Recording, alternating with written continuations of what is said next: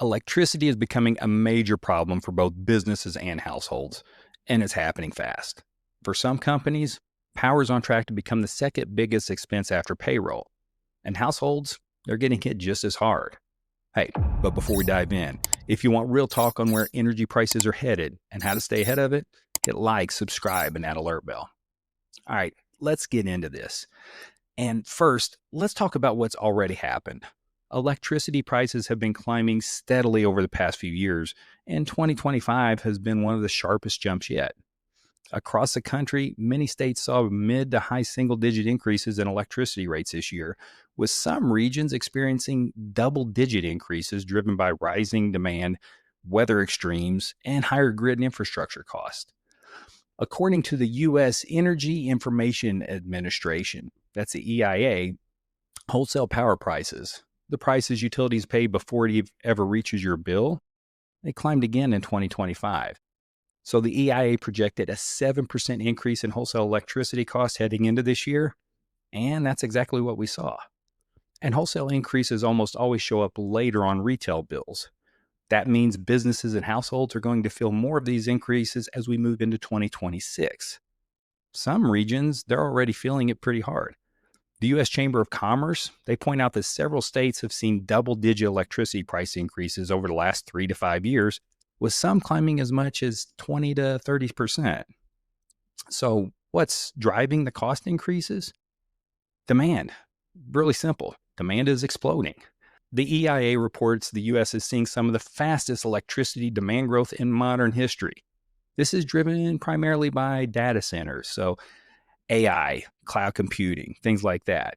But it's also driven by building electrification. There's population growth in the South, extreme heat and extreme cold. So utilities are being asked to deliver more power than ever, but they're doing it with decades-old infrastructure that's already stretched thin. So that brings us to generation, or the supply side of electricity.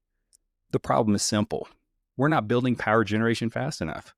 Traditional power generation, think fossil fuels and even nuclear, those take years and sometimes decades to build. And now, with the policy shifts kneecapping clean energy, the fastest to deploy and most economical sources of new electricity are being slowed down right when we need them most. Transmission lines, they take 7 to 12 years to build.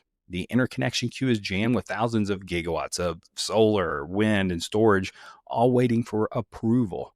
Permitting is slow. Upgrades, they're slow. And every delay makes the gap between rising demand and available generation even bigger. So we're adding demand at 21st century speed while we're building new supply at 20th century speed. And politically, we slowed down the one part of the energy sector that was actually scaling fast enough to help. And that's where the squeeze happens. So for businesses, electricity used to be a somewhat predictable expense. Now it's become volatile and expensive. Peak demand charges are exploding. Reliability fees and grid upgrade charges are being added.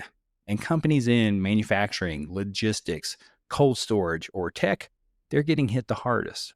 For a lot of energy-intensive industries, electricity is already a top 5 operating expense. And with the rate hikes coming, it's moving toward top 3. And for some sectors, it could absolutely become number 2. For households, it's the same story. AC in the summer, heating in the winter, more extreme weather, more grid charges, higher base rates, higher fuel cost adjustments tied to natural gas, and I guess coal. This all hits families every single month. So here's the uncomfortable truth. The grid, it isn't getting cheaper. It isn't getting more predictable, and it definitely isn't getting more reliable. Electricity prices are on a long-term upward trend backed by every major federal forecast. So what's the solution?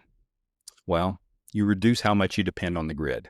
That means solar and battery storage, behind-the-meter generation, peak shaving, microgrids, local resiliency strategies. The future of affordable energy isn't about what the utility can provide. It's about how much you can generate and control on your own. So in December, we're digging into the real problems driving the energy crisis, the bottlenecks, the policy roadblocks, rising electricity costs, and why proven solutions like community solar are being fought against in so many red states. We're breaking it all down so you actually understand what's happening behind the scenes. And in January, it's all about solutions. What you can do behind the meter to take control of your power, your cost, and your resilience. If you want to get ahead of rising electricity costs and understand what's really driving the grid crunch, hit subscribe. We'll catch you next time.